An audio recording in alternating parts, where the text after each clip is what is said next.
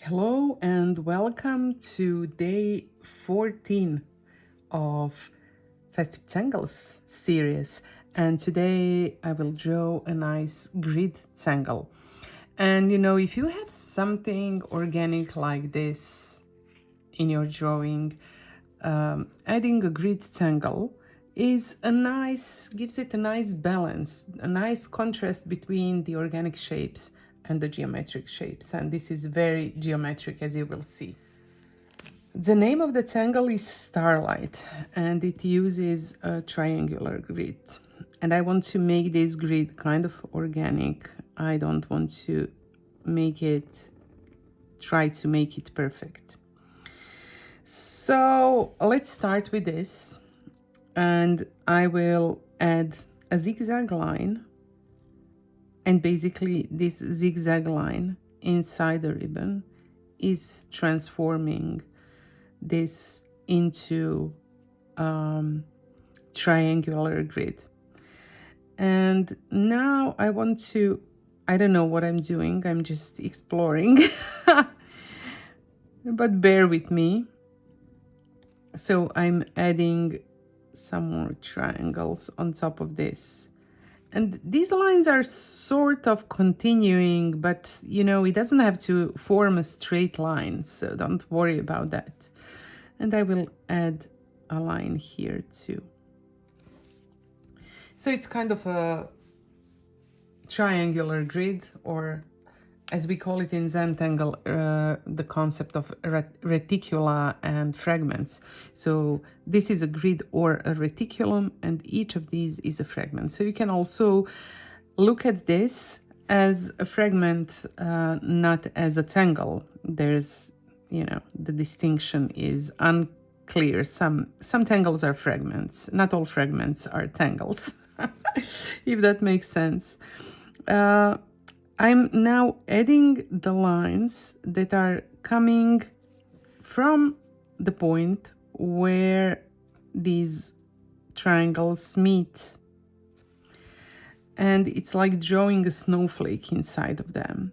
And they are not too long, because I will add the same on top as well. And there needs to be some space between them. So I'm doing that all around.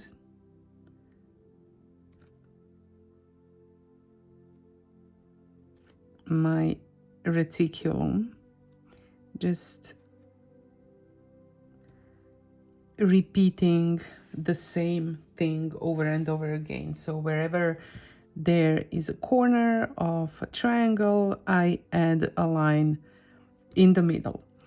Then I will join those lines with these grid lines. And you can, until you understand what's happening, what we are doing, you can make these little dots that mark where the more or less middle of these lines are, of each triangle, side of the triangle.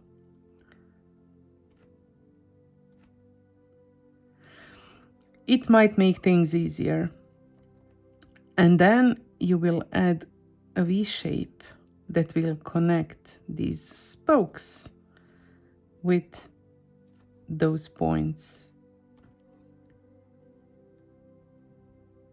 It will leave this kind of hexagon shape in the middle, but it's always a V shape that's connecting the spokes to the grid line, or to the side of the triangle. And if you need a minute to catch up or to learn and understand exactly what I'm doing, do that. Also, just look for the step out of the Starlight Tangle by Debbie Ryan. Did I even say that before? And maybe you remember last year I was playing with Starlight 2, which is a cousin of this one. And you might remember it from my social media, or from, I think I even did it on YouTube. I'm trying not to rotate my tile too much, just so that it's easier for you to observe what I'm doing. But I'm doing a very repetitive thing, just adding these V shapes, connecting the spokes with the grid lines. So hopefully I'm making it clear.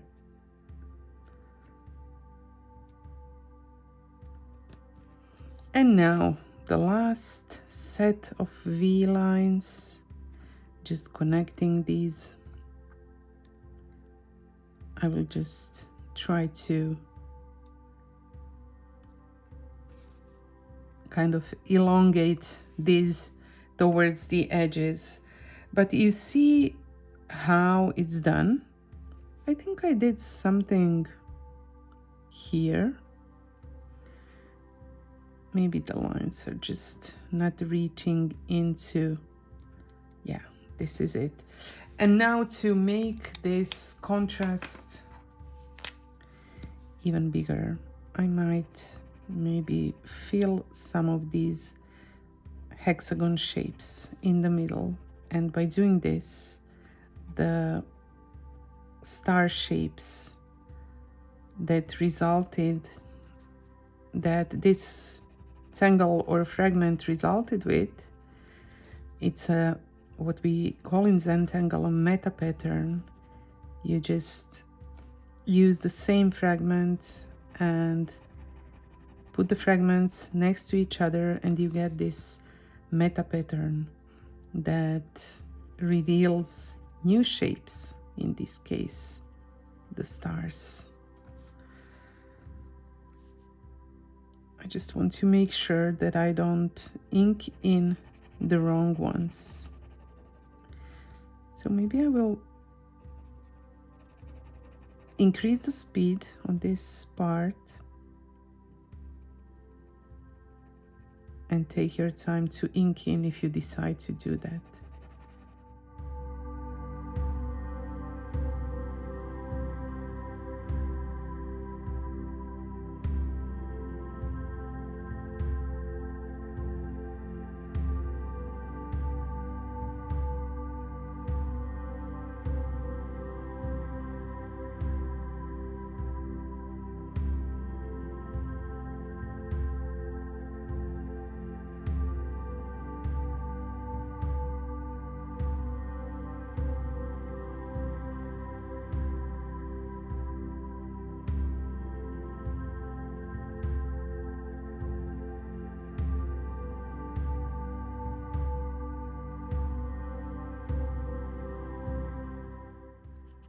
I'm done with inking in, and now you can clearly see these stars. I think they are very cute. And now you can decide what to do with the shading and highlighting. I think maybe something very easy, like adding the, oops, it's this one.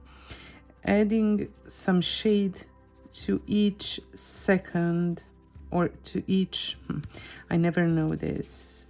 Is it each other or each second of this half spokes might be a good idea. And I'm trying just to catch all of them so that I don't have to rotate the tile too much.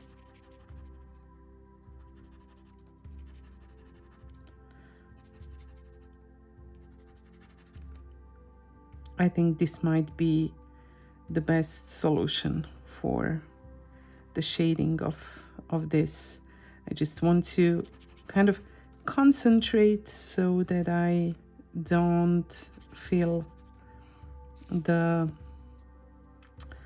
wrong one. Wrong is such a strong word, especially in Zentangle, where we do not make mistakes, but it requires some focus to intentionally shade only some of these spokes. I think this adds to the star shape that we are building, or star shapes that we are building.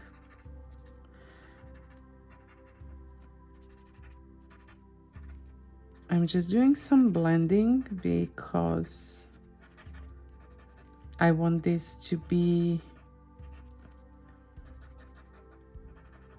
smooth, to look like they are colored in, let's say, with the graphite. And then with the white, so you can either use the white jelly roll or the white pencil. I think the pencil might be a little bit challenging. This might be too, because it's not really a precise nib that I have here. It's a 10, jelly roll 10. But you can use an 8. I think a 5 is a little bit too thin for this kind of thing, and you don't need to be precise. If you go over any of those dark black lines, you can easily retrace those black lines, and I'm sure that I will have to retrace a few, but I'm trying not to cause many of those needs for correction. And of course, this grid can be extended to be as big or as small as you would like to.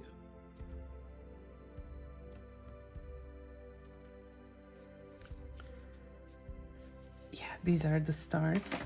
And now I will just go back to my pen and maybe just retrace or restate some of the lines that I have compromised with my white. I don't want to make too much fuss about it. The last thing I will do, this is a longer video than some of the others, is I will add these little triangles.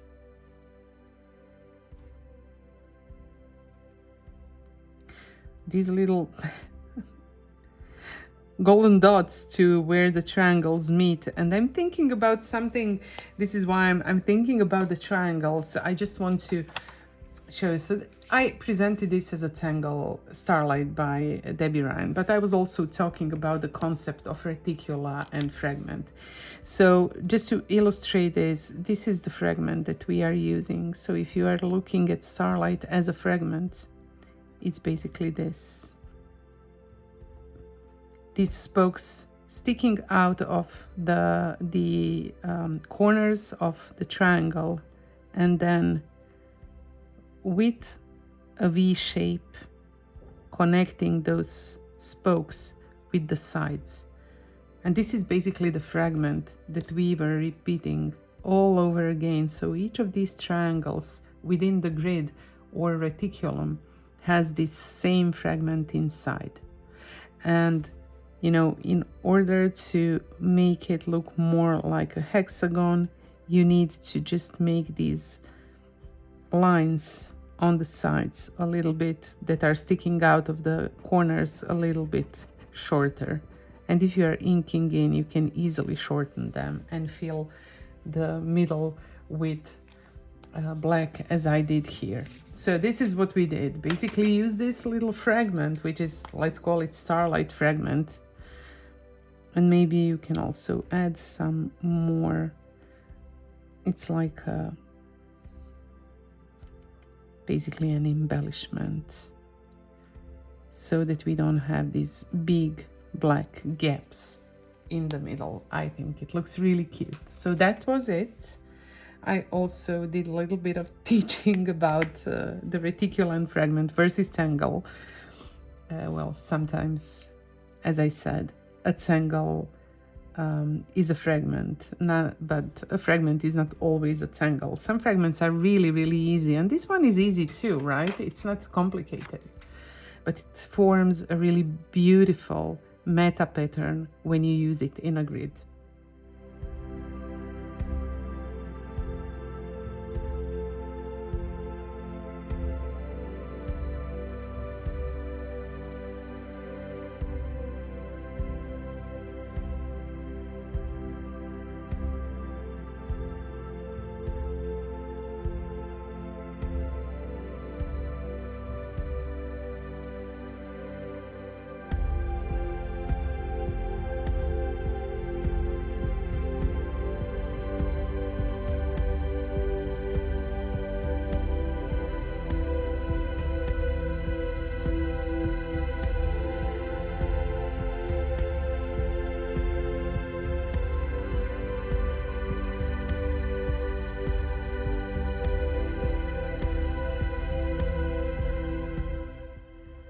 Thank you for drawing this fragment / tangle with me, and I hope to see you tomorrow. Bye.